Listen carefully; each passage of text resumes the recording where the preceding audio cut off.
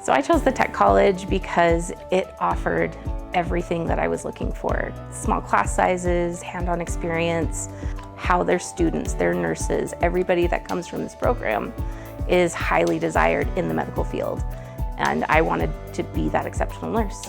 I chose OTECH's program specifically for the fact that all of the people that I have in my life outside that work in the medical field have told me consistently time and time again how desired nurses that come from this program are. I chose nursing specifically because it fits all of my needs. It checks all the boxes. I really feel passionate about helping people.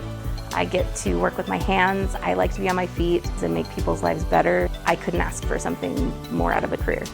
What excites me about this program is the hands-on aspect. You get to go out and do that in person, in hospital, in clinical settings, which is the coolest part by far.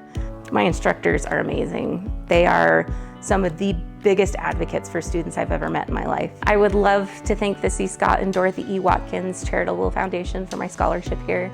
They've really made it possible for me to attend and focus solely on my studies and not have to worry about finances. That was a really big help for me. Yeah, all around, everybody here has been amazing.